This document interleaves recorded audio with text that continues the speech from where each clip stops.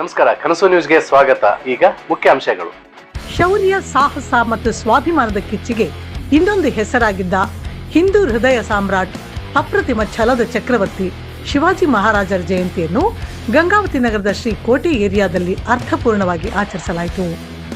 ಚಕ್ರವರ್ತಿ ಶಿವಾಜಿ ಮಹಾರಾಜರ ಜಯಂತಿಯ ಪ್ರಯುಕ್ತ ಶ್ರೀಕಾಂತ್, ಅಯ್ಯನಗೌಡ ಹೇರೂರ್, ವೀರೇಶ್ ಭಟ್ರಂಜನಾಳ್, ಯಮನೂರಪ್ಪ ಚೌರ್ಕಿ, ನೀಲ್ಕಂಠಪ್ಪ, ವೀರೇಶ್ ಕಿಲ್ಲಾ ಏರಿಯಾ ಅವರು ಛತ್ರಪತಿ ಶಿವಾಜಿಯವರ ಬ್ಯಾನರ್ಗೆ ಹಾರ ಹಾಕಿದ ನಂತರ ಭಾರತಾಂಬೆ ಹಾಗೂ ಚಕ್ರವರ್ತಿ ಶಿವಾಜಿಯವರ ಭಾವಚಿತ್ರಕ್ಕೆ ಪುಷ್ಪಾರ್ಪಣೆ ಮಾಡಿ ದೀಪ ಬೆಳಗಿಸಿದರು. ಬಳಿಕ ಚಕ್ರವರ್ತಿ ಶಿವಾಜಿ ಮಹಾರಾಜರ ಜಯಂತಿಯ ಕುರಿತು ಮಾತನಾಡಿದರು ಹಾಗೂ ಈ ಸಂದರ್ಭದಲ್ಲಿ ಯುವಕರು ಉಪಸ್ಥಿತರಿದ್ದರು.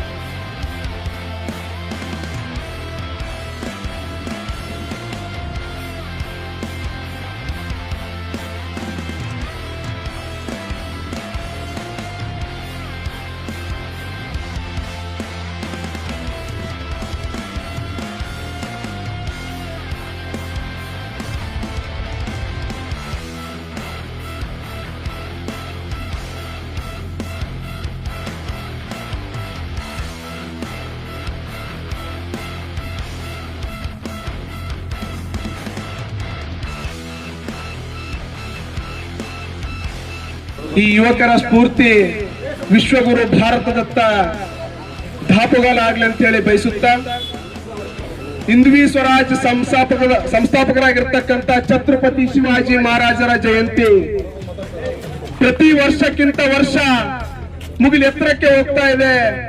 1630ರಲ್ಲಿ ಜನನ ಹೊಂದಿರತಕ್ಕಂಥ ಛತ್ರಪತಿ ಶಿವಾಜಿ ಮಹಾರಾಜರ ಜಯಂತಿಯನ್ನ 2026ರಲ್ಲಿ ಕೂಡ ನಾವು ಇಷ್ಟೊಂದು ಉತ್ಸಾಹ, ಒಂದು ಉರುಪಿನಿಂದ ಶಿವಾಜಿ ಮಹಾರಾಜರ ಜಯಂತಿಯನ್ನ ಮಾಡ್ತೀವಿ ಅಂದ್ರೆ ಆ ಸಂದರ್ಭಗಳಲ್ಲಿ ಶಿವಾಜಿ ಮಹಾರಾಜರು ತಗೊಂಡಿರ್ತಕ್ಕಂಥ ನಿದರ್ಶನಗಳು, ಛತ್ರಪತಿ ಶಿವಾಜಿ ಮಹಾರಾಜರು ತಗೊಂಡಿರ್ತಕ್ಕಂಥ ಆದರ್ಶ ಯಾವ ರೀತಿಯಾಗಿತ್ತಂದ್ರೆ, ನಾನು ಈ ದೇಶವನ್ನ, ನಮ್ಮ ಸಾಮ್ರಾಜ್ಯವನ್ನ ಹಿಂದೂ ಸಾಮ್ರಾಜ್ಯವನ್ನಾಗಿ ಮಾಡ್ತೇನೆ, ಈ ನಮ್ಮ ಭಾರತವನ್ನ ಹಿಂದೂ ರಾಷ್ಟ್ರವನ್ನಾಗಿ ಮಾಡ್ತೇನೆ, ಎಲ್ಲಿ ಮೊಘಲರ ಆಳ್ವಿಕೆ ಇತ್ತು ಅಲ್ಲಿ ಮೊದಲೇ ಹೆಜ್ಜೆ ಇಡುವುದ್ರ ಮುಖಾಂತರ ಛತ್ರಪತಿ ಶಿವಾಜಿ ಮಹಾರಾಜರು ಅಂಬಾಭವಾನಿಯ ಒಂದು ಆಶೀರ್ವಾದವನ್ನು ತೆಗೆದುಕೊಂಡು ಆ ಇಟ್ಟಿರ್ತಕ್ಕಂಥ ಯಾತ್ರೆ 2026ರ ಇವತ್ತಿನ ಜಂಜಿ ಜನರೇಷನ್ ಯುವಕರಲ್ಲಿ ಕೂಡ ಆ ಉತ್ಸಾಹ ಇನ್ನೂ ಚಿಲುಮೆ ಮೂಡ್ತಾ ಇದೆ. ಮುಂದಿನ 2036 ಹೋಗ್ಲಿ 3036 ಆದ್ರೂ ಕೂಡ ಛತ್ರಪತಿ ಶಿವಾಜಿ ಮಹಾರಾಜರ ಈ ಒಂದು ಚಿಲುಮೆಯನ್ನಿತ್ತು, ಅವರಲ್ಲಿರ್ತಕ್ಕಂಥ ನಿದರ್ಶನಗಳೇನಿದ್ವು ನಮ್ಮ ಯುವಕರಲ್ಲಿ, ನಮ್ಮ ಇವತ್ತೇನು ಯುವ ಮಿತ್ರರು ಏನಿದ್ದಾರೆ ಅವರಲ್ಲಿ ಸದಾ ಚಿಲುಮೆ ಉಡ್ಲಿ ಅಂತೇಳಿ ನಾ ಬಯಸ್ತೇನೆ. ಧನ್ಯವಾದಗಳು. ಕಿಲ್ಲಾ ಏರಿಯಾದ ಹಿಂದೂ ಬಾಂಧವರಿಗೆ ಮತ್ತು ಕೋಟೆ ಏರಿಯಾದ ಹಿಂದೂ ಬಾಂಧವರಿಗೆ ಶಿವಾಜಿ ಮಹಾರಾಜರ 399ನೇ ವರ್ಷದ ಜಯಂತ್ಯೋತ್ಸವದ ಆರ್ಥಿಕ ಶುಭಾಶಯಗಳು. ಈ ಒಂದು ಕಾರ್ಯಕ್ರಮಕ್ಕೆ ಆಗಮಿಸಿರುವಂತಹ ಎಲ್ಲ ನನ್ನ ಹಿಂದೂ ಸಮಾಜದ ಮತ್ತು ನನ್ನೆಲ್ಲ ಸಹಪಾಠಿ ಮಿತ್ರರಿಗೆ ಈ ಒಂದು ಜಯಂತ್ಯೋತ್ಸವ ಶುಭಾಶಯಗಳು. ವೇದಿಕೆ ಮೇಲೆ ಕೂತರೆಲ್ಲರೂ ಭಾಷಣ ಮಾಡಾರ ಮತ್ತು ಎಲ್ಲದನ್ನ ಅನುಭವಿಸಿ ಮಾತಾಡೋಂತಾರ. ಹಾಗಾಗಿ ವಿಷಯ ಶಿವಾಜಿ ಮಹಾರಾಜರ ಬಗ್ಗೆ ವಿಷಯ ಮಾತಾಡ್ಬೇಕಾದ್ರೆ ಒಂದು ದಿನನೂ ಸಾಲಲ್ಲ. ಯಾಕಂದ್ರೆ ಅವರು ಹಿಂದುತ್ವಕ್ಕೋಸ್ಕರನೇ ಹುಟ್ಟಿದ್ರು. ನಾವು ಶಿವಾಜಿ ಮಹಾರಾಜರ ಕಥೆಯನ್ನ ಓದಿದ್ರ ಅಥವಾ ಅವ್ರ ಜೀವನವನ್ನ ಓದಿದ್ರೆ ನಮ್ಗೆ ಅರ್ಥ ಆಗೋದೇನಂದ್ರ, ತಾಯಿ ಗರ್ಭದಿಂದನೇ ಅವ್ರು ಏನಂತ ತೋರಿಸ್ತಂತವ್ರು. ನಾವು ಮಹಾಭಾರತದೊಳಗ ಚಕ್ರವ್ಯೂಹವನ್ನು ಬೇಯಿಸಂತ ಸಂದರ್ಭದಲ್ಲಿ ಶ್ರೀಕೃಷ್ಣ ಪರಮಾತ್ಮ ವಿಷಯ ಹೇಳತ್ನಾಗ ಒಳಗಿರಂತ ಅಭಿಮನ್ಯು ಹೂ ಅಂತಿರ್ತಾನಂತ. ಅದೇ ರೀತಿ ಇನ್ನೊಬ್ಬ ಈ ದೇಶಕ್ಕೆ ಬಂದಂತ ಸಾಹಸ ಮೆರೆದಂತ ಇನ್ನೊಬ್ಬ ಬಬ್ರು ವಾಹನ ಅಂತ ಯಾರಾದ್ರೂ ಇದ್ರೆ ಅದು ಶಿವಾಜಿ ಮಹಾರಾಜರು ಅಂತ ಹೇಳಿದ್ರೆ ತಪ್ಪಾಗ್ಲಿಕ್ಕಿಲ್ಲ. ಯಾಕಂದ್ರ ತಾಯಿ ಗರ್ಭದೊಳಗಿದ್ದಂತ ಸಂದರ್ಭದೊಳಗ ಒಂದಿಷ್ಟು ತಾಯಿಗೆ ಬಯಕೆಗಳು ಬರ್ತಾವ. ಬಯಕೆಗಳು ಬಂದಾಗ ಅವ್ರಿಗೇನು ಇಷ್ಟ ಅನಿಸ್ತೈತೋ ಅದನ್ನ ತಿನ್ಬೇಕು ಅನಿಸ್ತಿರ್ತ ಬಯಕೆ ಇದ್ದಂತ ಸಂದರ್ಭದಲ್ಲಿ. ತಾಯಿ ಹೊಟ್ಟೆಗಿದ್ದಂತ ಸಂದರ್ಭದಲ್ಲಿ ತಾಯಿಗೆ ಒಂದ್ಸರಿ ಉಳಿ ತಿನ್ಬೇಕು ಅನಿಸ್ತೈತಿ, ಸಿಹಿ ತಿನ್ಬೇಕು ಅನಿಸ್ತೈತಿ, ಒಗರು ತಿನ್ಬೇಕು ಅನಿಸ್ತೈತಿ. ಈ ತರ ಬೇರೆ ಬೇರೆ ಖಾದ್ಯಗಳು ನಾವೇನು ಆಹಾರಗಳು ಅಂತ ಹೇಳ್ತೀವಲ್ಲ, ಆಹಾರಗಳನ್ನು ಸೇವಿಸ್ಬೇಕು ಅನಿಸ್ತಿರ್ತ. ಆದ್ರೆ ಶಿವಾಜಿ ಮಹಾರಾಜರು ಹೊಟ್ಟೆಗಿದ್ದಂತ ಸಂದರ್ಭದಲ್ಲಿ ಆ ತಾಯಿಗೆ ಏನ್ ಅನಿಸ್ತಿರ್ತಪ್ಪ ಅಂತ ಹೇಳಿದ್ರ, ಆ ತಾಯಿಗೆ ಕತ್ತಿ ಹಿಡ್ಕೊಂಡು ಯುದ್ಧ ಮಾಡ್ಬೇಕು ಅನಿಸ್ತಿರ್ತಾರೆ. ತಾಯಿಗೆ ಕುದುರೆ ಮೇಲೆ ಸವಾರಿ ಮಾಡ್ಬೇಕು ಅನಿಸ್ತಿರ್ತಾರೆ. ಆ ತಾಯಿಗೆ ಜೀಜಾ ಮಾತೆಗೆ ಆ ಬೆಟ್ಟವನ್ನ ಏರ್ಬೇಕು ಅನಿಸ್ತಿರ್ತಾರೆ. ಅಂದ್ರ ಯಾಕೆ ಅನಿಸ್ತಿರ್ತಪ್ಪ ಅಂದ್ರ ಆ ಜೀಜಾಬಾಯಿ ಹೊಟ್ಟೆಯಲ್ಲಿ ಗರ್ಭದಲ್ಲಿ ಯಾರು ಇರ್ತಾರಪ್ಪ ಅಂದ್ರೆ ಶಿವಾಜಿ ಮಹಾರಾಜ್ ಇರ್ತಾರೆ. ಹಂಗಾಗಿ ಅವ್ರು ಹುಟ್ಟಿದ್ದೇ ಹಿಂದುತ್ವಕ್ಕೋಸ್ಕರ. ನಾವು ಒಬ್ಬ ಕವಿರು ಹೇಳ್ತಾರ, ಕಾಶಿ ಕಿ ಕಾಲಾ ಜಾತಿ ಮಸೂದಿ ಏನದು, ಕಾಶಿ ಕಳಾಯಿನ ಆಗ್ತಿತ್ತು, ಮಸೂದಿ ಅದು ಮಥುರಾ ಮಸೀದಿ ಆಗ್ತಿತ್ತು. ಶಿವಾಜಿ ಏನಾದ್ರೂ ಈ ದೇಶದೊಳಗೆ ಹುಟ್ಟಿಲ್ಲ ಅಂದ್ರ ಯಾರ್ಯಾರು ಈ ದೇಶದೊಳಗೆ ಹಿಂದೂಗಳು ಅಂತ ಹೇಳ್ತೀವಿ ಅವರೆಲ್ಲ ಸುನ್ನತ್ ಆಗ್ತಿತ್ತು ಅಂತ ಬರೆದಾರ ಅವರು. ಅಂದ್ರ ಆ ಸಂದರ್ಭದಲ್ಲಿ ಹುಟ್ಟಿದಂತ ಶಿವಾಜಿ ಮಹಾರಾಜರ ಜಯಂತಿಯನ್ನ ನಾವಿವತ್ತು ಗಂಗಾವತಿಯ ಕೋಟೆ ಮತ್ತು ಕಿಲ್ಲಾ ಏರಿಯಾದೊಳಗ ಆಚರಣೆ ಮಾಡ್ತಿದ್ದೀವಿ. ವಿಷಯಗಳು ತುಂಬಾ ಐತಿ. ಆದ್ರ ಯಾಕೆ ಇವತ್ತು ಪ್ರಸ್ತುತ ಅನಿಸ್ತೈತೆ ಅಂತ ಹೇಳಿದ್ರೆ ಶಿವಾಜಿ ಮಹಾರಾಜರ ಜಯಂತಿ ಆಚರಣೆ ಮಾಡ್ಬೇಕಂತ ಹೇಳಿದ್ರ, ಅವರು ಜನ್ಮಶಃ ಮಹಾರಾಜರಲ್ಲ, 270ಕ್ಕೂ ಹೆಚ್ಚು ಕೋಟೆಗಳನ್ನ ಗೆದ್ದ ಮೇಲೆ ಅವರು ಸಿಂಹಾಸನವನ್ನ ಏರಿದಂತವ್ರು. ಹಂಗಾಗಿ ಅವರು ಶಿವಾಜಿ ಜಯಂತಿಯನ್ನ ನಾವು ಆಚರಣೆ ಮಾಡಬಹುದು. ನಾವು ಸಂಘದೊಳಗ ಶಿವಾಜಿ ಮಹಾರಾಜರ ಜಯಂತಿ ಮಾಡಲ್ಲ, ಶಿವಾಜಿ ಮಹಾರಾಜರ ಪಟ್ಟಾಭಿಷೇಕ ದಿನವನ್ನ ಮಾಡ್ತೀವಿ ನಾವು. ಯಾಕಂದ್ರೆ ಹುಟ್ಟೋದು ಸಹಜ, ಹುಟ್ಟಿವಿ. ಆದ್ರೆ ಹುಟ್ಟಿದ ಮೇಲೆ ಏನ್ ಸಾಧನೆ ಮಾಡ್ಬೇಕಂಬುದು ಏನೈತಲ್ಲ, ಆ ಸಾಧನೆ ಮಾಡಿದಕ್ಕೋಸ್ಕರ ಶಿವಾಜಿ ಮಹಾರಾಜರ ಜಯಂತಿಯನ್ನ ಮಾಡ್ತೀವಿ. ಹಂಗಾಗಿ ಇನ್ನಷ್ಟು ವಿಷಯಗಳಿದಾವ, ವಿಷಯ ಮಾತಾಡೋರು ಬಹಳ ಜನ ಇದಾರ. ಇಲ್ಲಿಗೆ ನನ್ನ ವಿಷಯ ಇದೆ.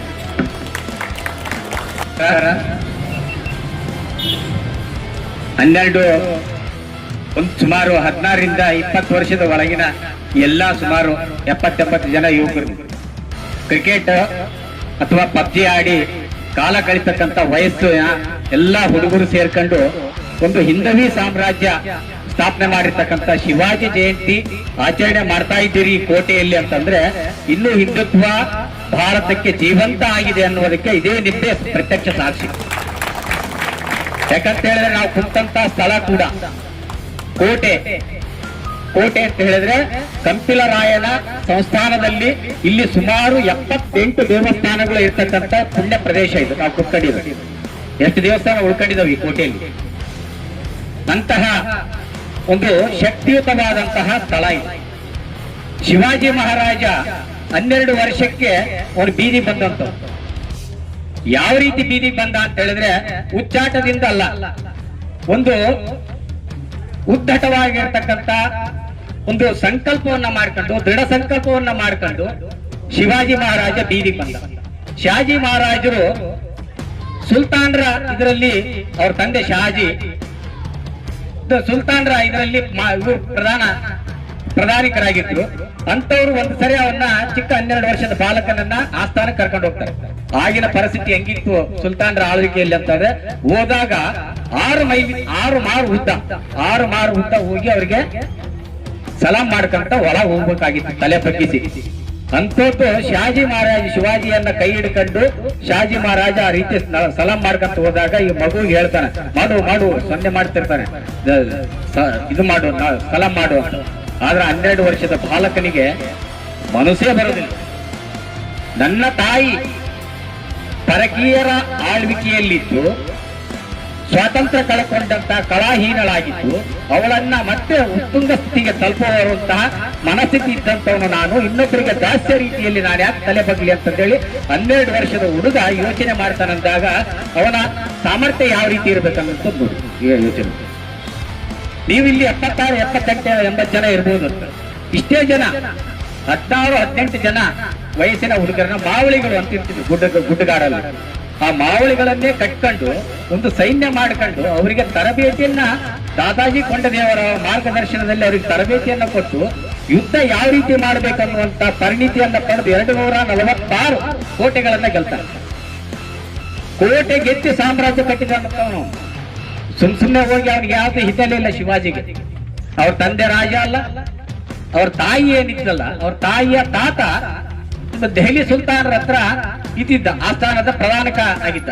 ಇವ್ರ ತಂದೆ ಒಬ್ಬ. ಇಷ್ಟೇ ಹಿನ್ನೆಲೆ ಬಿಟ್ಟ ರಾಜಕೀಯ ಹಿನ್ನೆಲೆ ಏನೂ ಇರಲಿಲ್ಲ. ಸಾಮಾನ್ಯ ಬಾಲಕ ಗುಡ್ಡಗಾಡು ಪ್ರದೇಶದಲ್ಲಿ ಆ ಒಂದು ಮಾವಳಿಗಳನ್ನ ಕಟ್ಕೊಂಡು ದಕ್ಷಿಣ ಭಾರತ ಸಂಪೂರ್ಣವನ್ನ ಆಕ್ರಮಿಸಿ ವಿಜೃಂಭಿಸಿರ್ತಕ್ಕಂಥ ಹಿಂದೂ ಸಾಮ್ರಾಜ್ಯ ಕಟ್ಟಿ ಉತ್ತರ ಭಾರತಕ್ಕೆ ಲಗ್ಗೆ ಇಡ್ತಾನಂದ್ರೆ ಅವನ ಸಾಮರ್ಥ್ಯ ಎಷ್ಟಿರ್ಬೇಕು. ಹಂಗಾಗಿಯೇ 396 ವರ್ಷ ಆದ್ರೂ ಕೂಡ ಶಿವಾಜಿಯನ್ನ ಕೋಟೆಯಲ್ಲಿ ನೆನೆಸ್ಕೊಳ್ತಾ ಇದ್ದಾರೆ. ಇನ್ನೊಂದು ವಿಷಯ ಆಶ್ಚರ್ಯಕರ ವಿಚಾರ, ಹಿಂದೂ ಸಾಮ್ರಾಜ್ಯ ಕಟ್ಟಿದ ಅನ್ನುವಂಥದ್ದು ಒಂದೇ ವಿಷಯ ಗೊತ್ತಾಗಿರೋದ್ರಿಂದ ಅವನು ಯಾವ ರೀತಿ ಜನರನ್ನ ಪಳಗಿಸ್ಬೇಕು, ಯಾವ ರೀತಿ ಶತ್ರುಗಳನ್ನ ದಮನ ಮಾಡಬೇಕು ಅನ್ನುವಂತ ಟೆಕ್ನಿಕ್ ಅವನ ಹತ್ರ ಇತ್ತು. ಶತ್ರುಗಳ ಪರಾಕ್ರಮ ಹೆಚ್ಚಾದಾಗ ಶಾಂತವಾಗಿರ್ತಿದ್ದ ಶಿವಾಜಿ. ಶತ್ರುಗಳ ಮೈ ಮರೆತಾಗ ದಾಳಿ ಮಾಡಿ ಅವರನ್ನ ಸೋಲಿಸ್ತಿದ್ದ. ಇದಕ್ಕೆ ಗೆರಿಲ್ಲಾ ತಂತ್ರ ಅಂತ ಹೇಳ್ತಾರೆ. ಗೆರಿಲ್ಲಾ ತಂತ್ರ ಅಂತ ಹೇಳ್ತಾರೆ. ಈ ಗೆರಿಲ್ಲಾ ತಂತ್ರದಿಂದನೇ ಇಲ್ಲಿಯೂ ಕೂಡ ದೇವಸೇನೆ ಅಂತ ಹೇಳಿ ಅದನ್ನೇ ಇದರಲ್ಲಿ ಇತ್ತು. ಯಾವುದು ಹಂಪಿ ವಿಜಯನಗರ ಸಾಮ್ರಾಜ್ಯದಲ್ಲಿ ಅಳಿಯ ರಾಮರಾಯನ ಕಾಲದಲ್ಲಿ ಅದು ಕಾಲವಾಗಿ ಹೋಯ್ತು. ಆ ಗೆರಿಲ್ಲಾ, ಆ ದೇವಸೇನೆ ಅಂತಕ್ಕಂಥ ಅದನ್ನೇ ಯುದ್ಧ ನೀತಿಯನ್ನೇ ದಾದಾಜಿ ಕೊಂಡದೇವರಾಯರು ಇವನಿಗೆ ಟ್ರೈನ್ ಅಪ್ ಮಾಡಿರ್ತಾರೆ ಶಿವಾಜಿ. ಅಂತಹ ಶಕ್ತಿಯುತವಾದ ಸಾಮ್ರಾಜ್ಯವನ್ನ ಸ್ಥಾಪನೆ ಮಾಡಿದಾಗ ಯಾವಾಗ ಅವನ ಪ್ರಾಬಲ್ಯ 12 ವರ್ಷ 16 ವರ್ಷದ ಹುಡುಗನ ಸಾಮ್ರಾಜ್ಯ ಬೆಳೀತದೆ ಆಗ ಶತ್ರುಗಳ ಎಲ್ಲಿ ನಡಕ ಬಿದ್ದು ಅವರಿಗೆ ರಾಜಸಂಧಾನಕ್ಕೆ ಕಳಿಸ್ತಾರೆ. ಅರೆ, ಇಡೀ ಭಾರತವನ್ನ ಆಕ್ರಮಿಸಿರ್ತಕ್ಕಂತ ಮೊಘಲರು, ಸುಲ್ತಾನರು, ಆದಿಲ್ ಶಾಹಿಗಳು ಒಬ್ಬ ಚಿಕ್ಕ ಬಾಲಕನಿಗೆ ಅಂಜಿ ರಾಜಿ ಕರೀತಾರ ಅಂದ್ರೆ ಅವನ ಶಕ್ತಿ ಎಷ್ಟಿರ್ಬೇಕು. ಆಗ ಶಿವಾಜಿ ಕೂಡ ತಂತ್ರಗಾರಿಕೆನೇ ಇತ್ತು. ಹೋಗ್ತಾನೆ, ರಾಜಿಗೆ ಹೋಗ್ತಾನೆ. ಹೋಗಿ ಬಲವಾಗಿ ತನ್ನಲ್ಲಿರ್ತಕ್ಕಂಥ ಯುದ್ಧ ನೀತಿ ಅವರಿಗೆಲ್ಲ ದಾದಾಜಿ ಕೊಂಡದೇವರ ಇದರಲ್ಲಿ ಗರಡಿಯಲ್ಲಿ ಪಳಗಿದಂತ ಹುಲಿ ಅದು ಹೋಗಿ ನಿಶಸ್ತ್ರನಾಗಿ ಒಳಗೆ ಹೋಗ್ಬಿಡ್ತಾರೆ. ಅವನಿಗೆ ಕೈಯಲ್ಲಿ ಒಂದು ಉಗುರು ತರ ಒಂದು ಆಯುಧ ಇರ್ತದೆ ಅವನ ಹತ್ರ, ಯಾವಾಗ್ಲೂ ಪಕ್ಕದಲ್ಲಿ ಜೋಬಲ್ಲಿ ಇರ್ತಾನೆ. ಆಗ ಆ ಒಂದು ಬೃಹದಾಕ ಆಗಿರ್ತಕ್ಕಂಥ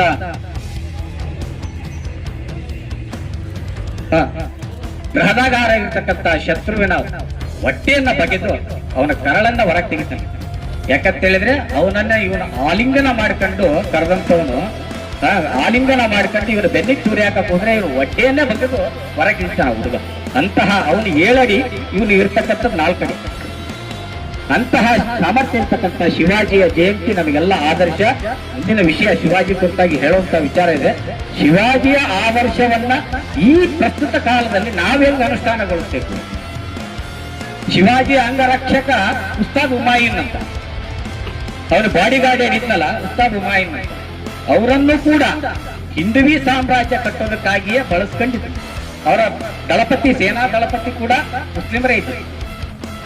ಆದ್ರೆ ಮುಸ್ಲಿಮರಲ್ಲಿರ್ತಕ್ಕಂಥ ವಿಕಾರತೆ ಮನೋಭಾವ, ಮತಾಂಧತೆಯ ಭವನವನ್ನು ನಾಶವನ್ನ ಮಾಡಿ ಇದನ್ನ ಸಾತ್ವಿಕತೆ ಅಂತ ಸಮಾಜವನ್ನ, ಸದೃಢ ಸಮಾಜವನ್ನ ಕಟ್ಟಿದಂತ ಶಿವಾಜಿ ಎಲ್ಲರನ್ನೂ ಒಳಗೂಡಿ ಕಟ್ಟಿದಂತ. ಅರಿದೇ ಇರತಕ್ಕಂತ ಶಿವಾಜಿಯ ಕುರಿತಾದ ಸತ್ಯಗಳು ಸಾಕಷ್ಟಿದೆ. ಹೂವೆ ಶೇಷಾದ್ರಿ ಅವರು ಬರೆದಂತ ಚೈತ್ರ ಯಾತ್ರೆ ಪುಸ್ತಕದಲ್ಲಿ ಕೂಡ ಸಿಗ್ತದೆ. ಹಾಗಾಗಿ ಆ ಒಂದು ಶಿವಾಜಿಯ ಜೀವನವನ್ನ ನಾವು ರೀತಿ ಯಾಕೆ ಈಗ ನಾವು 12-13 ವರ್ಷ ಇಡೀ ಪ್ರಪಂಚದಲ್ಲಿ 76% ಯುವಕರು ಇರ್ತಕ್ಕಂಥ ರಾಷ್ಟ್ರ ಏನಾದ್ರೂ ಇದ್ರೆ ಅದು ಭಾರತ ಮಾತ್ರ. ಹಾಗಾಗಿಯೇ ಅಬ್ದುಲ್ ಕಲಾಂ ಅವರು ವಿಷನ್ 2020 ಅಂದ್ರೆ 20ನೇ ಇಸ್ವಿಗೆ ಭಾರತ ಪ್ರಜ್ವಲಿಸ್ತದೆ ಅನ್ನುವಂತ ವಿಚಾರ ಹೇಳಿದ್ರು. ಯಾಕಂತ ಹೇಳಿದ್ರೆ ಇಂದಿನ ಪ್ರಜೆ ಬಾಲಕರೇ ಮುಂದಿನ ಭವ್ಯ ಭಾರತದ ಪ್ರಜೆಗಳು ಅಂತ. ಈಗ ನೀವು 18ರಿಂದ 25 ವರ್ಷದ ಒಳಗಿನ ಯುವಕರು ಮುಂದೆ ಬರ್ತಕ್ಕಂಥ 10 ವರ್ಷದಲ್ಲಿ ಭಾರತವನ್ನ ಏನೆಲ್ಲ ಬೆಳವಣಿಗೆ ಮಾಡಬಹುದು ಅಂತ ಸಾಮರ್ಥ್ಯ ನಿಮ್ಮಲ್ಲಿರೋದು. ಹಾಗಾಗಿಯೇ ಇವತ್ತು ಶತ್ರುಗಳ ರಾಷ್ಟ್ರಗಳು ಯುವಕರನ್ನ ಹಾಳು ಮಾಡತಕ್ಕಂತ ಷಡ್ಯಂತ್ರವನ್ನ ನಮಗೆ ಅರಿವಿರಲಾರ್ದನೆ ಬಿಡ್ತಾ ಇದ್ದಾರೆ. ಅದನ್ನ ಮಾದಕ ವ್ಯಸನಗಳಾಗಿರ್ಬೋದು, ಮಾದಕ ದ್ರವ್ಯಗಳ ವಿಶೇಷ ಒಂದು ಕಳ್ಳ ಸಾಗಾಣಿಕೆ ಇರ್ಬೋದು, ಯುವಕರನ್ನ ಆಮಿಷಕ್ಕೆ ಒಳಗಾಗ್ತಾ ಇರ್ಬೋದು, ಈ ತಂತ್ರಜ್ಞಾನ ಏನ್ ಬಳಸಿದೀರಿ, ನೆಟ್ ಅಂತ ಹೇಳ್ತೀರಿ, ಈ ಇಂಟರ್ನೆಟ್, ಆ ಮೊಬೈಲ್ ಮೂಲಕ ನಿಮ್ಮೆಲ್ಲರ ಮಾನಸಿಕ ಸ್ಥಿತಿಯನ್ನ ಹಾಳು ಮಾಡ್ತಕ್ಕಂಥದ್ದು ಇರ್ಬೋದು, ಇವೆಲ್ಲವೂ ಕೂಡ ಶತ್ರು ರಾಷ್ಟ್ರಗಳ ಷಡ್ಯಂತ್ರ. ಇವಕ್ಕೆ ಬಲಿಯಾಗಬಾರ್ದು. ಅದು ಶಿವಾಜಿಯ ಆದರ್ಶವನ್ನ ನಾವು ಪಾಲನೆ ಮಾಡ್ತೇವೆ. ನಾವೊಂದು ಸಾಮ್ರಾಜ್ಯ ಕಟ್ಟಬೇಕಲ್ಲ, ಭಾರತವನ್ನ ಸದೃಢ ಮಾಡ್ಬೇಕಲ್ಲ, ವಿಶ್ವಗುರು ಆಗ್ಬೇಕು ಭಾರತ ಅಂತಂದ್ರೆ ನಮ್ದೆಲ್ಲರಿಗೂ ಅದರಲ್ಲಿ ಪಾಲ್ದಾರಿಕೆ ಇದೆ. ಇವತ್ತೇ ನಾವೆಲ್ಲರೂ ಕೂಡ ಸಂಕಲ್ಪ ಮಾಡಿ ರಾಷ್ಟ್ರ ನಿರ್ಮಾಣ ಕಾರ್ಯಕ್ಕಾಗಿ ಕೈ ಜೋಡಿಸ್ಬೇಕು. ಇವತ್ತು ಎಲ್ಲರಿಗೂ ಸಮಯ ಇದೆ, ಮೊಬೈಲ್ ನೋಡೋದಕ್ಕಿದೆ, ಎಲ್ಲರಿಗೂ ಸಮಯ ಇದೆ, ಕುತ್ಕೊಂಡು ಹಡ್ಡೆ ಹೊಡೆಯೋದಕ್ಕಿದೆ. ರಾಷ್ಟ್ರದ ನಿರ್ಮಾಣದ ಕಾರ್ಯಕ್ಕಾಗಿ, ರಾಷ್ಟ್ರ ಕಾರ್ಯಕ್ಕಾಗಿ ಯಾರನ್ನಾದ್ರೂ ನಾವು ಕರೆದಾಗ ಸಮಯ ಇಲ್ಲ ಅನ್ನುವಂತ ಶಬ್ದ ನಮ್ಮ ಬಾಯಿಂದ ಸಲೀಸಾಗಿ ಬಂದ್ಬಿಡ್ತದೆ. ಈ ಶಬ್ದ ಹೊರಗೆ ಹೋಗುವಂತ, ಈ ಮನಸ್ಥಿತಿ ಬದಲಾಗುವಂತ ಸ್ಥಿತಿ ನಿರ್ಮಾಣ ಮಾಡಬೇಕು ಅಂತ ಹೇಳಿದ್ರೆ ಅದೇ ಶಿವಾಜಿ ಜಯಂತಿಯ ನಿಜವಾದ ಆಚರಣೆ. ಯುವಕರೆಲ್ಲರೂ ಕೂಡ ಜಾಗೃತರಾಗಬೇಕು. ಯುವಕರು ಜಾಗೃತಿಯಾದಾಗ ಏನೆಲ್ಲ ಮಾಡಬಹುದು, ಪರಿವರ್ತನೆ ಮಾಡಬಹುದು ಅನ್ನೋದಕ್ಕೆ ಸಾಕಷ್ಟು ನಿದರ್ಶನಗಳಿದ್ದಾವೆ. ಮುಂದಿನ ವಿಚಾರದಲ್ಲಿ ಶ್ರೀಕಾಂತ್ ಹೇಳ್ತಾರೆ ವಿಷಯ. ಹಾಗಾಗಿ ಯುವಕರ ನಮ್ಮ ಸಾಮರ್ಥ್ಯವನ್ನ ನಾವೇ ಇದನ್ನ ಮಾಡಬೇಕು. ಏನಂತ ಹೇಳಿದ್ರೆ, ಒಂದು ವಿಷಯ, ಒಂದು ನಿದರ್ಶನವನ್ನು ಹೇಳಿ ನಾನು ಮಾತು ಮುಗಿಸ್ತೇನೆ. ಕೊಚ್ಚೆಯಲ್ಲಿ ಏನೋ ಹೊಲಸು ಬಿದ್ದಿರ್ತದೆ, ಅಲ್ಲಿ ಸಿಕ್ಕಾಪಟ್ಟೆ ನೊಣಗಳಿರ್ತವೆ, ಸಾವಿರಾರು ನೊಣಗಳಿರ್ತವೆ, ಗುಂಪು ಕೂಡಿರ್ತವೆ, ಹಾರಾಡ್ತಿರ್ತವೆ, ಹೋಗರಿಗೆ ಬರೋರಿಗೆ ಮೈ ಮೇಲೆಲ್ಲ ಕೂಡ್ತಿರ್ತವೆ. ಅದರ ಸಂಘಟನೆ ಯೂನಿಟಿ ಅಂತಂದೇಳಿ ನಾವಷ್ಟು ಭಾವಿಸಬಾರ್ದು. ಅದೇ ತರದೇನೆ ಯಾವುದೋ ಒಂದು ಗಿಡದ ಬೆಟ್ಟದ ಮೇಲೆ ಅಥವಾ ಗಿಡದ ತಂಗೆಗೆ ಅದೇ ಸಾವಿರಾರು ಜೇನ್ನೊಣಗಳಿರ್ತವೆ. ಆ ಜೇನ್ನೊಣಗಳು ಏನ್ ಮಾಡ್ತವೆ, ಎಲ್ಲೆಂದ್ರಲ್ಲಿ ಕೊಚ್ಚೆಯಲ್ಲಿ ಹೊತ್ತಲ್ಲಿ ಕೂತ್ಕೊಳ್ಳಲ್ಲ, ಸುಂದರವಾಗಿರ್ತಕ್ಕಂಥ ಹೂವುಗಳ ಮಕರಂದವನ್ನ ಹೀರಿ ಆ ಪರಿಪೂರ್ಣವಾಗಿರ್ತಕ್ಕಂಥ ಸವಿಯಾದ ಜೇನನ್ನ ನಿರ್ಮಾಣ ಮಾಡ್ತವೆ. ನಾವು ಆಯ್ಕೆ ಮಾಡಬೇಕಾಗಿದೆ ಯಾವುದು, ಜೇನು ಹುಳಗಳು ಆಗ್ಬೇಕು ಅಥವಾ ಕೊಚ್ಚೆ ನೊಣಗಳಾಗಬೇಕು ಅನ್ನುವಂತ ನಿರ್ಧಾರ ನಮಗೆ ಬಿಟ್ಟಿದೆ. ಹಂಗಾಗಿ ಇವತ್ತು ನಾವು ಆಕರ್ಷಣೆಗೆ ಒಳಗಾಗ್ತಾ ಇದ್ದೀವಿ, ಕೊಚ್ಚೆ ನೊಣಗಳಾಗ್ತಾ ಇದ್ದೀವಿ. ಜೇನು ನೊಣಗಳಾಗಿ ಪರೋಪಕಾರಿಯಾಗಿ ಜೀವನ ಮಾಡ್ತಕ್ಕಂಥ ರಾಷ್ಟ್ರ ನಿರ್ಮಾಣಕ್ಕಾಗಿ ನಾವೆಲ್ಲರೂ ದೇಶಭಕ್ತಿಯಿಂದ ಇದು ಮಾಡ್ತಕ್ಕಂಥ ಕೆಲಸ ಪರಿವರ್ತನೆ ಆದಾಗ ಮಾತ್ರ ಶಿವಾಜಿ ಜಯಂತಿಗೆ ನಿಜವಾದ ಅರ್ಥ ಸಿಗ್ತದೆ. ಇವತ್ತೆಲ್ಲರೂ ಪ್ರೀತಿ ಪ್ರೇಮದ ಹೆಸರಿನಲ್ಲಿ ನಮ್ಮನ್ನು ಕೂಡ ಬಲಿ ಮಾಡ್ತಾ ಇದ್ದಾರೆ, ನಮ್ಮ ಮಾನಸಿಕ ಸ್ಥಿತಿಯನ್ನ ಬಲಿ ಮಾಡ್ತಾ ಇದ್ದಾರೆ. ಇವತ್ತಿನ ಯುವಕರಿಗೆ ಎಲ್ಲರಿಗೂ ಕೂಡ ಹೇಳ್ತಾ ಇದ್ದಾರೆ, ದೇಹವನ್ನ ಪ್ರೀತಿ ಮಾಡ್ತಕ್ಕಂಥ ಮನಸ್ಥಿತಿಯಂತಹ ದೇಶವನ್ನ ಪ್ರೀತಿ ಮಾಡ್ತಕ್ಕಂಥ ಪ್ರೀತಿ ನಿಮ್ಮಲ್ಲಿ ಹುಟ್ಟಬೇಕು. ದೇಹ ಮತ್ತು ದೇಶಕ್ಕೆ ಒಂದೇ ಅಕ್ಷರ ವ್ಯತ್ಯಾಸ. ಹಾ ತೆಗೆದ್ಬಿಟ್ಟು ಶಾ ಇಟ್ಬಿಟ್ರೆ ಅಲ್ಲಿ ನಿಮಗೆ ಪರಿಪೂರ್ಣವಾದ ಸಮೃದ್ಧ ರಾಷ್ಟ್ರ ನಿರ್ಮಾಣ ಆಗ್ತದೆ. ಅದಕ್ಕಾಗಿ ಸಮಯ ಕೊಡಿ. ನಿಮ್ಮೆಲ್ಲರ ಶ್ರಮ ಅವಾಗ ಫಲಪ್ರದ ಆಗ್ತದೆ.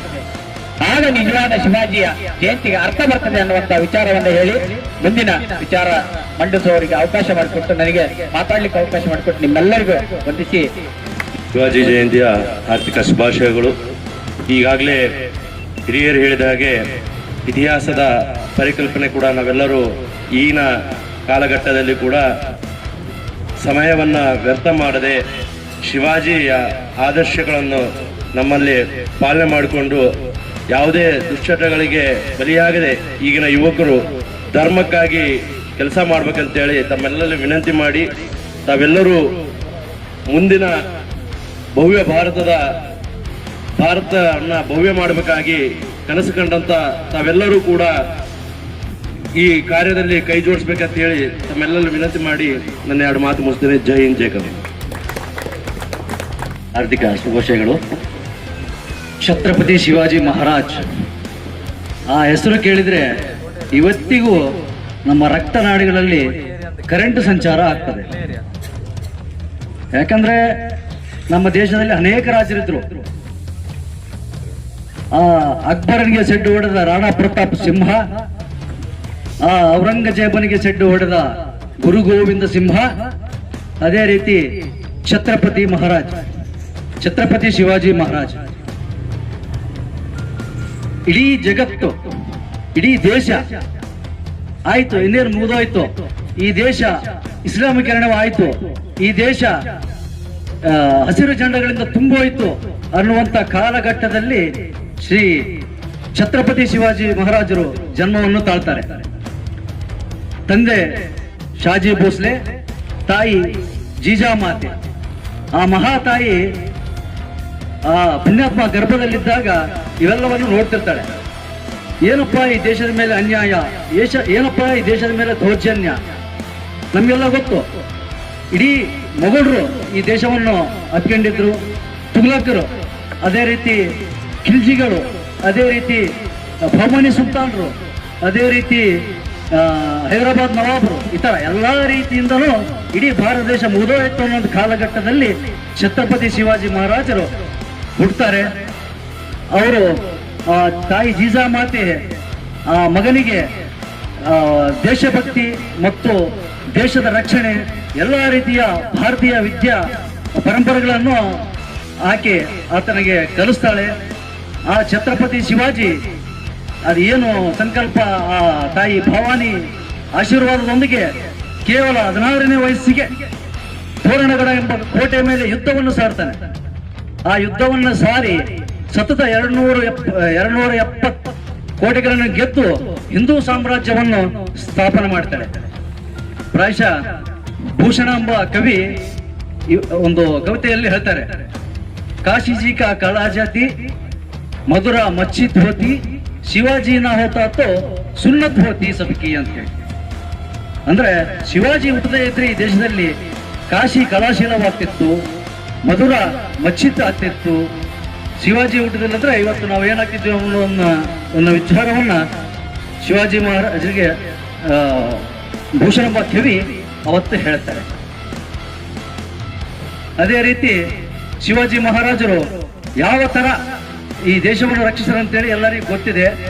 ಅದೇ ರೀತಿ ಇವತ್ತಿನ ಯುವಕರು ಸತ್ಯನು ಶಿವಾಜಿನ ಆದರ್ಶಗಳನ್ನು ಪಾಲನೆ ಮಾಡಬೇಕು.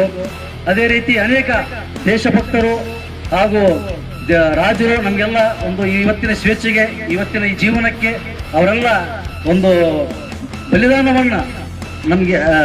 ಮಾಡಿ ಈ ದೇಶವನ್ನು ಉಳಿಸಿಕೊಟ್ಟಿದ್ದಾರೆ. ನಾವು ನಮ್ಮ ಮುಂದಿನ ಈ ದೇಶವನ್ನು ಉಳಿಸಿ ನಾವು ಇದೇ ರೀತಿ ಮುಂದೆ ಸಾಗೋಣ ಅಂತ ಹೇಳಿ ಜೈ ಶಿವಾಜಿ, ಎಲ್ಲರಿಗೂ ಶಿವಾಜಿ ಜಯಂತಿಯ ಶುಭಾಶಯಗಳು. ಇಲ್ಲಿವರೆಗೂ ವೇದಿಕೆ ಮೇಲೆ ಆಸೀನರಾಗಿರುವಂತಹ ಎಲ್ಲ ಹಿರಿಯರು ಶಿವಾಜಿಯ ಜೀವನದ ಮಹತ್ವದ ಘಟನೆಗಳನ್ನು ತಮ್ಮ ಮುಂದಿಟ್ಟಿದ್ದಾರೆ. 1630 ಫೆಬ್ರವರಿ 19 ಅಂದ ತಕ್ಷಣನೇ ದೇಶದ ಉದ್ದಗಲಕ್ಕೂ ಕೂಡ ಯುವಕರಿಗೆ ಧರ್ಮ ರಕ್ಷಣೆ ಮಾಡಿರುವಂತಹ ಶಿವಾಜಿಯ ನೆನಪು ಸದಾ ಕಾಲ ನೆನಪಾಗುತ್ತೆ.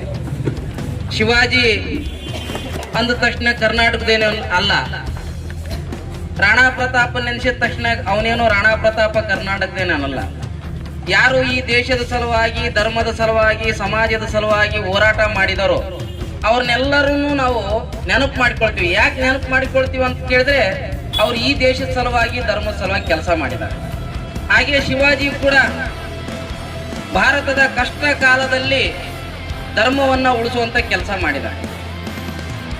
ಸ್ವತಃ ಅವ್ರ ತಂದೆ ಶಾಜಿ ಭೋಸ್ಲೆ ಕೂಡ ಬಿಜಾಪುರದ ಆದಿಲ್ ಶಾಹಿ ಕೈ ಕೆಳಗಡೆ ಕೆಲಸ ಮಾಡ್ತಿದ್ದ. ಅಂದ್ರೆ ವಿಧರ್ಮೀಯರ ಕೈ ಕೆಳಗಡೆ ಕೆಲಸ ಮಾಡುವನಂತ ನಮ್ಮ ಮಗ ತಾಯಿಯ ಪ್ರೇರಣೆಯಿಂದ ಧರ್ಮ ರಕ್ಷಣೆಗಾಗಿ ಹಿಂದ್ವಿ ಸ್ವರಾಜ್ಯದ ಕನಸನ್ನ ಕಾಣ್ತಾನೆ. ಕನಸು ಕಾಣುವ ಸಂದರ್ಭದಲ್ಲಿ ಕೂಡ ಪರಿಸ್ಥಿತಿ ಆಗಿರಲಿಲ್ಲ. ದೇಶದ ಸುತ್ತಲೂ ಕೂಡ ವಿರೋಧಿ ಶಕ್ತಿಗಳು ಭಾರತದ ನಾಶಕ್ಕಾಗಿ, ಹಿಂದೂ ಧರ್ಮದ ನಾಶಕ್ಕಾಗಿ ಪ್ರಯತ್ನ ಮಾಡ್ತಾನೆ ಇದ್ರು. ಒಂದ್ ಕಡೆ ಆದಿಲ್ ಶಾಹಿ, ಒಂದ್ ಕಡೆ ಮೊಘಲ್ ಶಾಹಿ, ಒಂದ್ ಕಡೆ ಕುತುಬ್ ಶಾಹಿ, ಒಂದ್ ಕಡೆ ಬಹುಮನಿ ಸುಲ್ತಾನರು, ಒಂದ್ ಕಡೆ ಡಚ್ಚರು, ಪೋರ್ಚುಗೀಸರು ಇಡೀ ಭಾರತ ಮಾತೆಯ ಕುತ್ತಿಗೆಯನ್ನ ಹಿಚ್ಚುಗುವಂತ ಸಂದರ್ಭದಲ್ಲಿ ಒಬ್ಬ ಪುಟ್ಟ ಶಿವಾಜಿ ತಾಯಿ ಹೇಳಿದಂತೆ ಗೋ ಮಾತೆಯನ್ನ ರಕ್ಷಣೆ ಮಾಡಬೇಕು, ಮಠ ಮಂದಿರವನ್ನ ರಕ್ಷಣೆ ಮಾಡಬೇಕು, ಅಕ್ಕ ತಂಗಿಯರ ಮಾನ ಸಂರಕ್ಷಣೆ ಮಾಡಬೇಕು, ಧರ್ಮವನ್ನ ಉಳಿಸ್ಬೇಕಂತೇಳಿ ತಾಯಿ ಮಹಾಭಾರತದ ಕಥೆಯನ್ನ, ರಾಮಾಯಣದ ಕಥೆಯನ್ನ, ಸತ್ಯದ ಕಥೆಯನ್ನ ತಾಯಿ ಹೇಳ್ತಾನೆ ಬಂತು. ಅದಕ್ಕಾಗಿ ಧರ್ಮವನ್ನು ಉಳಿಸ್ಬೇಕು ಅಂತೇಳಿ ಆ ಶಿವಾಜಿ ತನ್ನ ಮೊದಲನೆಯ ಕೋಟೆಯನ್ನ ಗೆದ್ದಿತ್ತು ತೋರಣಗಡವನ್ನ. ತೋರಣಗಡ ಗೆದಿಬೇಕಾದಾಗ ಶಿವಾಜಿಗೆ ಕೇವಲ 16 ವರ್ಷ ಮಾತ್ರ. ಇವತ್ತು 16 ವರ್ಷದ ಹುಡುಗರನ್ನ ತಾಯಿ ಅಥವಾ ತಂದೆ ಮನೆ ಹೊರಗಡೆ ಕಳಿಸಿದ್ರೆ ಆಟ ಆಡಕ್ ಕಳ್ಸೋಕು ಹಿಂದ ಮುಂದೆ ನೋಡ್ತಾರೆ. ಆದ್ರೆ ಪುಟ್ಟ ಬಾಲಕ ಶಿವಾಜಿ 16ನೇ ವಯಸ್ಸಿಗೆ ತೋರಣಗಡವನ್ನ ಗೆದ್ದ. ಆದ್ರೆ ಗೆಲ್ಲುವುಕ್ಕಿಂತ ಮುಂಚೆ ಅವನ ಜೀವನಕ್ಕೆ ಆದರ್ಶ ಆಗಿತ್ತು ಕರ್ನಾಟಕ. ಯಾಕೆ ಆದರ್ಶ ಅಂತಂತ ಕೇಳಿದ್ರೆ, ನಾವಿರುವಂತ ಈ ಪ್ರದೇಶ ವಿಜಯನಗರ ಸಾಮ್ರಾಜ್ಯಕ್ಕೆ ಒಳಪಟ್ಟಿರುವಂತ ಪ್ರದೇಶ. ಶಾಜಿ ಭೋಸ್ಲೆ ಆ ಸಂದರ್ಭದಲ್ಲಿ ಬೆಂಗಳೂರನ್ನ ಗಮನಿಸ್ತಿದ್ದ. ಶಿವಾಜಿಗೆ ಆಗ 10 ವಯಸ್ಸಿತ್ತು ಹತ್ತತ್ರ. ತಂದೆ ಆದಿಲ್ ಶಾಹಿ ಕೈ ಕೆಳಗಡೆ ಕೆಲಸ ಮಾಡ್ತಿದ್ದ. ಆ ಸಂದರ್ಭದಲ್ಲಿ ಪ್ರವಾಸಕ್ಕೆ ಅಂತೇಳಿ ಶಿವಾಜಿ ಮಹಾರಾಜರು ಹಂಪಿ ಕಡೆ ಬರ್ತಾರೆ. ಹಂಪೆ ಅವಾಗ ಆಳು ಹಂಪೆ ಆಗಿತ್ತು. ಯಾವ ಭವ್ಯ ಸಾಮ್ರಾಜ್ಯವನ್ನ, ವಿಸ್ತಾರವಾದ ಸಾಮ್ರಾಜ್ಯವನ್ನ, ಶಕ್ತಿಶಾಲಿ ಸಾಮ್ರಾಜ್ಯವನ್ನ ಕಟ್ಟಿರುವಂತ ವಿಜಯನಗರ ಸಾಮ್ರಾಜ್ಯ, ಯಾರು ಶತ್ರು ಯಾರು ಮಿತ್ರು ಎಂಬುವಂತ ನಂಬಿಕೆಯಲ್ಲಿ ಮೋಸಕ್ಕೆ ಒಳಗಾಗಿರುವಂತ ವಿಜಯನಗರ ಸಾಮ್ರಾಜ್ಯ ಅಳಿಯ ರಾಮರಾಯನ ಸಂದರ್ಭದಲ್ಲಿ ಯಾವ ಮಿತ್ರರಂತ ಹೇಳಿ ನಂಬಿರುವಂತ ಒಂದಿಷ್ಟು ಮುಸಲ್ಮಾನ್ ಸೈನಿಕರು ಸರ್ದಾರರಿಗೆ ನಂಬಿಕೆಯಿಂದ 50,000 ಸೈನಿಕರನ್ನು ಕಳಿಸಿದನು. ಅದೇ ನಂಬಿಕೆ ದ್ರೋಹಕ್ಕೆ ಅಳಿಯ ರಾಮರಾಯ ಕೊಲೆ ಆಗ್ಬೇಕಾಗುತ್ತೆ. ಆ ಸಂದರ್ಭದಲ್ಲಿ ಇಡೀ ಹಂಪೆ ಏನಾಯ್ತಂತ ಇತಿಹಾಸ ನಮಗೆ ತೋರಿಸ್ತದೆ. ಆ ಆಳು ಬಿದ್ದ ಹಂಪೆಯನ್ನ ಪ್ರತಿ ಹೆಜ್ಜೆಗೂ ಕಾಲಿಟ್ಟಾಗ ಶಿವಾಜಿಗೆ ಅಲ್ಲಿ ಸತ್ತಂತ ವೀರರ ಆತ್ಮಗಳು ಕೂಗಿ ಕೂಗಿ ಹೇಳ್ತಿರ್ತವೆ. ವಿಜಯನಗರ ಸಾಮ್ರಾಜ್ಯ ಮಾಡಿದಂತ ತಪ್ಪುಗಳು ನೀನು ಎಂದೂ ಮಾಡಬಾರ್ದು. ಹಾಗಾಗಿ ಶತ್ರು ಯಾರು ಮಿತ್ರು ಯಾರು ಅಂತೇಳಿ ಅವನಿಗೆ ಪದೇ ಪದೇ ಅವನಿಗೆ ಗೋಚರ ಆಗುತ್ತೆ. ಹಾಗಾಗಿ ವಿಜಯನಗರದ ಸಾಮ್ರಾಜ್ಯದ ಪ್ರೇರಣೆಯಿಂದ, ಕರ್ನಾಟಕದ ಈ ಪುಣ್ಯ ಭೂಮಿ, ಶಕ್ತಿಶಾಲಿ ಭೂಮಿಯಿಂದ ಶಿವಾಜಿಗೆ ಪ್ರೇರಣೆ ಸಿಗುತ್ತೆ. ಆ ಪ್ರೇರಣೆಯಿಂದನೇ ಅವನ ತೋರಣಗಡದಿಂದ ಶುರುವಾದಂತ ಅವನ ವಿಜಯ ಯಾತ್ರೆ. ಕೇವಲ ಬದುಕಿದ್ದ 50 ವರ್ಷ ಶಿವಾಜಿ. 1930ಕ್ಕೆ ಶುರುವಾಗಿದ್ದು 1983ಕ್ಕೆ ಅವನ ಪ್ರಾಣ ಹೋಗುತ್ತೆ. ಆ ಮಧ್ಯದ ಕಾಲದಲ್ಲಿ ಇಡೀ ಜೀವನವನ್ನೇ ಸಾಹಸಮಯವಾದಂತಹ ಸಂಘರ್ಷಮಯವಾದ ಜೀವನವನ್ನು ನಡೆಸ್ತಾನೆ. ನಾವು ನವೆಂಬರ್ 10 ಬಂದ ತಕ್ಷಣನೇ ಒಂದಿಷ್ಟು ಜನರ ಜಯಂತಿ ನೆನಪಾಗುತ್ತೆ ನಮ್ಮ ಕರ್ನಾಟಕದಲ್ಲಿ. ಆದ್ರೆ ನವೆಂಬರ್ 10 ಬಂದ ತಕ್ಷಣ ಇಡೀ ದೇಶ ತುಂಬಾ ಇರುವಂತ ಜನರಿಗೆ ಒಂದ್ಸಲ ನೆನಪಾಗುತ್ತೆ, ಶಿವಾಜಿ ಮಹಾರಾಜರು ಆ ನವೆಂಬರ್ 10ನೇ ತಾರೀಕು ಆ ಅಫ್ಜಲ್ ಖಾನ್ ವಧೆ ಮಾಡಿರುವಂತ ದಿನ ಇಡೀ ದೇಶ ತುಂಬಾ ನೆನಪಾಗುತ್ತೆ.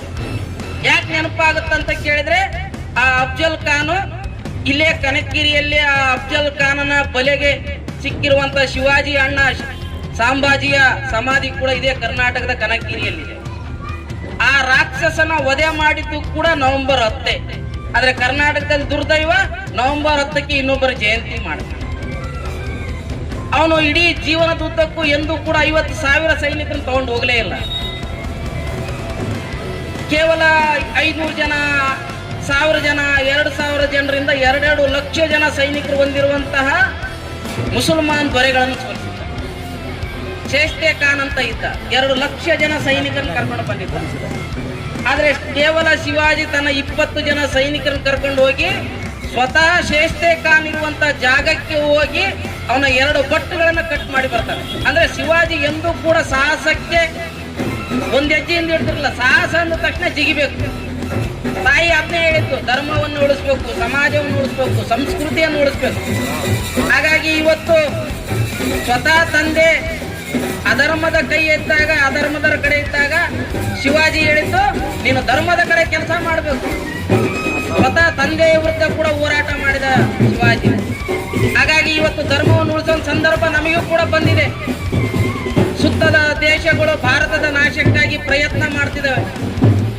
ಮತಾಂಧ ಶಕ್ತಿಗಳು ಹಿಂದೂ ಸಮಾಜದ ನಾಶಕ್ಕಾಗಿ ಪ್ರಯತ್ನ ಮಾಡ್ತಾ ಇದ್ದಾವೆ. ಹಾಗಾಗಿ ಈ ಮತಾಂಧ ಶಕ್ತಿಗಳನ್ನ ಮಟ್ಟ ಹಾಕ್ಬೇಕಾದ್ರೆ ಇಡೀ ಹಿಂದೂ ಸಮಾಜ ಶಿವಾಜಿಯ ಪ್ರೇರಣೆಯನ್ನ, ಶಿವಾಜಿಯ ಶಕ್ತಿಯನ್ನ, ಶಿವಾಜಿಯ ಸಾಹಸವನ್ನ ಆದರ್ಶವಾಗಿಟ್ಕೊಂಡು ನಾವೆಲ್ಲ ಹಿಂದೂ, ನಾವೆಲ್ಲ ಒಂದು, ನಾವೆಲ್ಲ ಬಂಧು ಅಂತೇಳಿ ಸಮಾಜವನ್ನ ಕಟ್ಟುವಂತ ಕೆಲಸ ಮಾಡಬೇಕು. ಶಿವಾಜಿಗೆ 12 ವರ್ಷ ಇದ್ದಾಗ ಬಿಜಾಪುರ ಸುಲ್ತಾನರ ಕಡೆ ಹೋಗಿರ್ತಾರೆ. ನೀಲಕಂಠಪ್ಪ ಅಣ್ಣವ್ರು ಹೇಳಿದ್ರು, ಆ ಸಂದರ್ಭದಲ್ಲಿ ಒಬ್ಬ ಕಟ್ಟಗ ಗೋವನ್ನ ಕಡಿಯುವ ಸಂದರ್ಭ. 12 ವರ್ಷ ಶಿವಾಜಿಗೆ. ತಾಯಿ ಹೇಳಿದ್ದು ರಾಮನ ಮುತ್ತಾತನ ಬಗ್ಗೆ ಹೇಳಿದ್ರು, ದಿಲೀಪಿನ ಬಗ್ಗೆ. ಆ ದಿಲೀಪ ಸ್ವತಃ ಗೋವನ್ನ ರಕ್ಷಣೆ ಮಾಡೋ ಸಲುವಾಗಿ ತಾನು ಸಿಂಹಕ್ಕೆ ಬಲಿ ಆಗ್ತಾನೆ. ಹಾಗಾಗಿ ಗೋ ಅಂದ್ರೆ ನಮ್ಮ ತಾಯಿ ಅಂತೇಳಿ ತಾಯಿ ಜೀಜಾಬಾಯಿ ಹೇಳಿದ್ರು. ಹಾಗಾಗಿ ಸ್ವತಃ ಮುಸಲ್ಮಾನರ ರಾಜ್ಯ ಆಡಳಿತದಲ್ಲಿದ್ದಂಥ ಸಂದರ್ಭದಲ್ಲಿ ಬಿಜಾಪುರಕ್ಕೆ ಹೋಗಿರುವಂತ ಸಣ್ಣ ಬಾಲಕ ಶಿವಾಜಿ 12 ವರ್ಷದ ಬಾಲಕ ಗೋವನ್ನ ಕಟುಗ ಕಡಿಬೇಕಾದ ಸಂದರ್ಭದಲ್ಲಿ ತನ್ನ ಪಕ್ಕದಲ್ಲಿರುವಂತ ಕತ್ತಿಯನ್ನು ತಗೊಂಡು ಆ ಕಟುಗನ ಕೈ ಕಡಿತಾನೆ. ಹಾಗಾಗಿ ನಾವು ಯೋಚನೆ ಮಾಡ್ಬೇಕು, ಶಿವಾಜಿ ಜಯಂತಿ ಅಂದ ತಕ್ಷಣ ಬರೀ ಫೋಟೋ ಇಟ್ಟು ಪೂಜೆ ಮಾಡೋದಲ್ಲ. ಯಾವ ಶಿವಾಜಿ ತನ್ನ ಆದರ್ಶವನ್ನ ಸಮಾಜಕ್ಕೆ ಕೊಟ್ಟನು, ಯಾವ ಧರ್ಮವನ್ನು ಉಳಿಸೋ ಸಲುವಾಗಿ ಶಿವಾಜಿ ತನ್ನ ಪ್ರಾಣವನ್ನು ಅರ್ಪಣೆ ಮಾಡಿದ ಇಡೀ ಕುಟುಂಬವನ್ನು ಬಲಿ ಕೊಟ್ಟನು, ಆ ಪ್ರೇರಣೆಯನ್ನ ಇಡೀ ಹಿಂದೂ ಸಮಾಜ ಯೋಚನೆ ಮಾಡಬೇಕು. ಹಿಂದೂ ಅಕ್ಕ ತಂಗಿಯರ ಮೇಲೆ ಕೈ ಹಾಕಕ್ ಬಂದಾಗ ಶಿವಾಜಿ ಖಡ್ಗವನ್ನು ಹಿಡಿದಿದ್ದ. ನಾವು ನಂಬುವ 3 ಲಕ್ಷ ದೇವತೆಗಳಿರುವಂತ ಮುಕ್ಕೋಟಿ ದೇವತೆ ಇರುವಂತ ಗೋವನ್ನ ರಕ್ಷಣೆ ಮಾಡೋ ಸಲುವಾಗಿ ಶಿವಾಜಿ ಖಡ್ಗವನ್ನು ಹಿಡಿದಿದ್ದ. ಅವತ್ತಿರುವಂತ ಪರಿಸ್ಥಿತಿ ಇವತ್ತು ಕೂಡ ಇದೆ. ಹಾಗಾಗಿ ಹಿಂದೂ ಸಮಾಜದ ರಕ್ಷಣೆಗಾಗಿ ಯುವಕರು ದುರ್ಬಲ ಆಗಬಾರ್ದು. ಇವತ್ತು ವ್ಯಸನಿಗಳಾಗ್ತಿದೆ. ಒಂದಿಷ್ಟು ದೇಶದ್ರೋಹಿಗಳು ಹಿಂದೂ ಯುವ ಜನಾಂಗವನ್ನ ವ್ಯಸನಿಗಳಾಗಿ ದುಶ್ಚಟಕ್ಕೆ ಬಲಿ ಕೊಟ್ಟು ನಮ್ಮ ಸಾಮರ್ಥ್ಯವನ್ನ ಕಡಿಮೆ ಮಾಡುವಂತ ಹಂತಕ್ಕೆ ಒಯ್ತಿದ್ದಾರೆ. ಹಾಗಾಗಿ ಇಡೀ ಹಿಂದೂ ಸಮಾಜದ ಯುವಕರು ಧರ್ಮದ ಸಲುವಾಗಿ, ಸಮಾಜದ ಸಲುವಾಗಿ ಶರೀರವನ್ನ ಕಟ್ಟಿಟ್ಕೊಳ್ಬೇಕು, ಆರೋಗ್ಯವನ್ನ ಕಟ್ಟಿಟ್ಕೊಳ್ಬೇಕು. ಸಮಾಜಕ್ಕಾಗಿ ಸಂದರ್ಭ ಬಂದಾಗ ಎಲ್ಲದಕ್ಕೂ ತಯಾರಾಗುವಂತ ಯುವಕರು ಇರ್ಬೇಕು. ಹಾಗಂದಾಗ ಮಾತ್ರ ಶಿವಾಜಿ ಜಯಂತಿ ಒಂದು ಆದರ್ಶ. ಹಾಗಾಗಿ ಶಿವಾಜಿ ಜಯಂತಿಯನ್ನ ಆಚರಣೆ ಮಾಡ್ತಿದ್ದೀವಿ. ಮುಂದಿನ ದಿನಮಾನದಲ್ಲಿ ಶಿವಾಜಿ ಮಾಡಿರುವಂತ ಎಲ್ಲ ಕೆಲಸಗಳನ್ನ, ಅಧರ್ಮದ ನಾಶಕ್ಕಾಗಿ ಆ ವ್ಯಕ್ತಿ ಏನ್ ಮಾಡಿದ್ನೋ ಆ ಎಲ್ಲ ಕೆಲಸಗಳನ್ನ ನಾವು ಮಾಡೋಣ, ಆ ಕೆಲಸವನ್ನು ನಾವು ಮುಂದುವರ್ಸೋಣ ಅಂತ ನನ್ನ ಮಾತಿಗೆ ವಿರಾಮವನ್ನು ಹೇಳ್ತೇನೆ.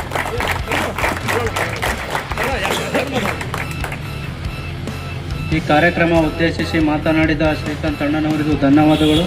ನಂತರದ ಭಾಷಣ ಮಲ್ಲಿಕಾರ್ಜುನ್ ಗಡದ್ ಅಣ್ಣನವರಿಂದ.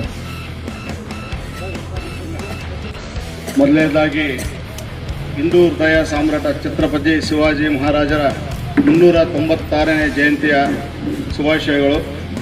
ಛತ್ರಪತಿ ಶಿವಾಜಿ ಮಹಾರಾಜರ ಬಗ್ಗೆ ಇವತ್ತು ನಮ್ಮ ಹಿರಿಯರು, ನಮ್ಮ ಸೋದರ ಸಮಾನರಾದಂಥ ಗಂಗಾವತಿಯ ಹುಲಿಗಳು ಇವತ್ತು ಸಾಕಷ್ಟು ವಿಸ್ತಾರವಾಗಿ ನಮ್ಮ ವಾರ್ಡಿನ ಯುವಕರಿಗೆಲ್ಲ ತಿಳಿಸಿದ್ದಾರೆ. ಮುಂದಿನ ದಿನಗಳಲ್ಲಿ ಪ್ರತಿಯೊಬ್ಬ ಮನೆಯಲ್ಲಿ ಮನದಲ್ಲೂ ಛತ್ರಪತಿ ಶಿವಾಜಿ ಅಂತ ಒಬ್ಬ ವ್ಯಕ್ತಿ ಹುಟ್ಟಲಿ. ದೇಶ ಪ್ರೇಮ, ರಾಷ್ಟ್ರ ಪ್ರೇಮ, ಧರ್ಮ ಪ್ರೇಮ ಅಂತ ವ್ಯಕ್ತಿ ಛತ್ರಪತಿ ಶಿವಾಜಿ ಅವರಂಥ ಮಗ ಪ್ರತಿಯೊಬ್ಬರು ತಾಯಿ ಹೊಟ್ಟೆಯಲ್ಲಿ ಹುಟ್ಟಲಿ ಅಂತ ಹೇಳುತ್ತಾ, ಅದೇ ರೀತಿ ಒಂದು ಕಾರ್ಯಕ್ರಮಕ್ಕೆ ಒಗ್ಗಟ್ಟು, ನಮ್ಮ ಯುವಕರ ಒಂದು ಆಹ್ವಾನಕ್ಕೆ ಒಗ್ಗಟ್ಟು ಕಾರ್ಯಕ್ರಮಕ್ಕೆ ಆಗಿಸುವಂಥ ನಮ್ಮ ಹಿರಿಯ ಎಲ್ಲ ಸಹೋದರರು ಕಾರ್ಯಕ್ರಮ ಯಶಸ್ವಿಗೊಳಿಸಿದ್ದಕ್ಕಾಗಿ ವೈಯಕ್ತಿಕವಾಗಿ ನನ್ನ ಪರವಾಗಿ ಮತ್ತು ಎಲ್ಲ ಯುವಕರ ಪರವಾಗಿ ಅವರಿಗೆ ನಾನು ಮತ್ತೊಮ್ಮೆ ಧನ್ಯವಾದಗಳನ್ನು ಹೇಳುತ್ತಾ ನಾನೊಂದೆರಡು ಮಾತು ಮುಗಿಸ್ತೇನೆ. ಕಾರ್ಯಕ್ರಮದ ಕುರಿತು ತಮ್ಮ ನುಡಿಗಳನ್ನಾಡಿದ ಮಲ್ಲಣ್ಣನವರಿಗೂ ಧನ್ಯವಾದಗಳು. ನಂತರದ ಕಾರ್ಯಕ್ರಮ ವಂದನಾರ್ಪಣೆ. ಈ ಕಾರ್ಯಕ್ರಮವನ್ನು ನಮ್ಮ ಸಹೋದರರಾದ ವೀರೇಶ್ ಅಣ್ಣನವರು ನಡೆಸಿಕೊಡ್ತಾರೆ.